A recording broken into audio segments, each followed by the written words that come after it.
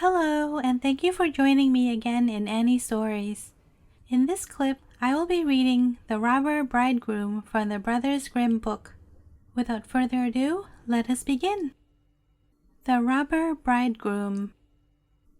There was once a miller who had a beautiful daughter, and when she was grown up, he became anxious that she would be well married and taken care of. So he thought, if a decent sort of man comes and asks her in marriage, I will give her to him. Soon after, a suitor came forward who seemed very well-to-do, and as the miller knew nothing to his disadvantage, he promised him his daughter. But the girl did not seem to love him as a bride should love her bridegroom. She had no confidence in him. As often as she saw him or thought about him, she felt a chill at her heart. One day he said to her, "You are to be my bride, and yet you have never been to see me." The girl answered, "I do not know where your house is." Then he said, "My house is a long way in the wood." She began to make excuses, and said she could not find the way to it. But the bridegroom said, "You must come and pay me a visit next Sunday. I have already invited company, and I will strew ashes on the path through the wood, so that you will be sure to find it." When Sunday came and the girl set out on her way, she felt very uneasy without knowing exactly why, and she filled both her pockets full of peas and lentils. There were ashes strewn on the path through the wood, but nevertheless, at each step she cast to the right and left a few peas on the ground. So she went on the whole day until she came to the middle of the wood where it was darkest, and there stood a lonely house, not pleasant in her eyes, for it was dismal and unhomelike. She walked in, but there was no one there, and the greatest stillness reigned. Suddenly she heard a voice cry, turn back, thou pretty bride. Within this house thou must not bide, for here do evil things betide." The girl glanced round and perceived that the voice came from a bird who was hanging in a cage by the wall, and again it cried, turn back, thou pretty bride. Within this house thou must not bide, from here do evil things betide." Then the pretty bride went on from one room into another through the whole house, but it was quite empty and no soul to be found in it. At last she reached the cellar, and there sat a very old woman nodding her head. "Can you tell me," said the bride, "if my bridegroom lives here?" "Oh, poor child," answered the old woman, "do you know what has happened to you? You are in the place of cutthroats. You thought you were a bride and soon to be married, but death will be your spouse. Look here, I have a great kettle of water to set on, and when once they have you in their power, they will cut you in pieces without mercy, cook you and eat you, for they are cannibals. Unless I have pity on you and save you, all is over with you." Then the old woman hid her behind a great cask where she could not be seen. "Be as still as a mouse," said she. "Do not move or go away, or else you are lost. At night, when the robbers are asleep, we will escape. I have been waiting a long time for an opportunity." No sooner was it settled than the wicked gang entered the house. They brought another young woman with them, dragging her along, and they were drunk and would not listen to her cries and groans.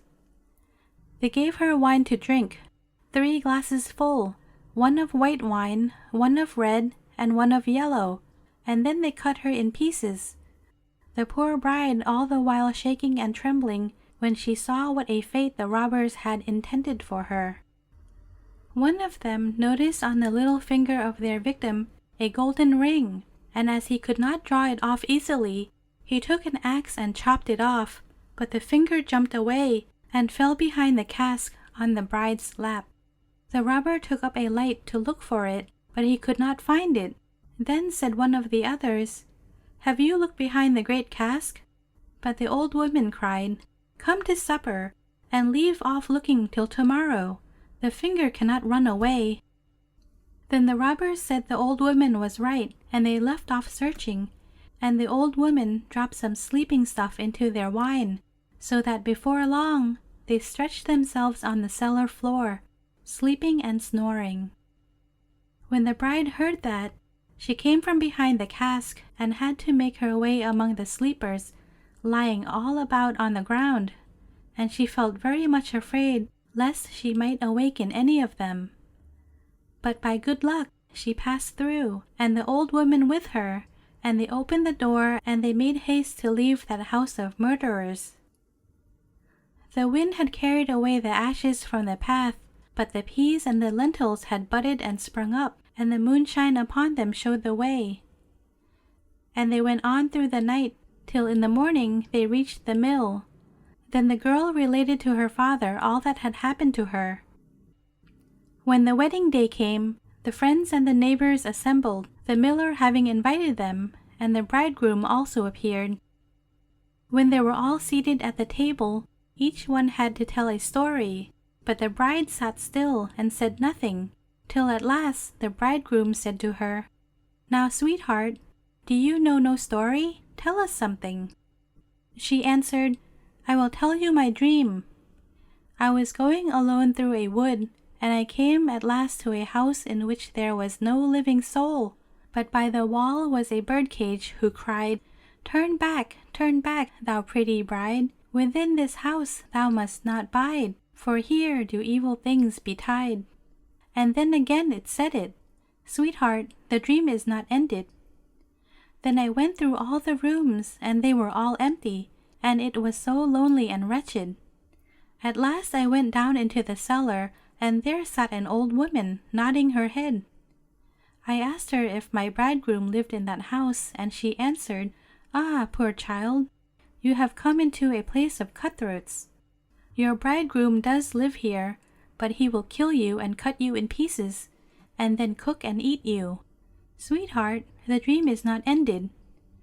But the old woman hid me behind a great cask, and no sooner had she done so than the robbers came home, dragging with them a young woman, and they gave her to drink wine thrice, white, red, and yellow. Sweetheart, the dream is not yet ended. And then they killed her and cut her in pieces. Sweetheart, my dream is not yet ended.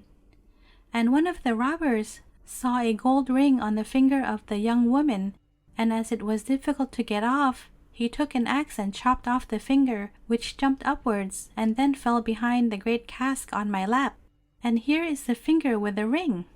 At these words she drew it forth and showed it to the company.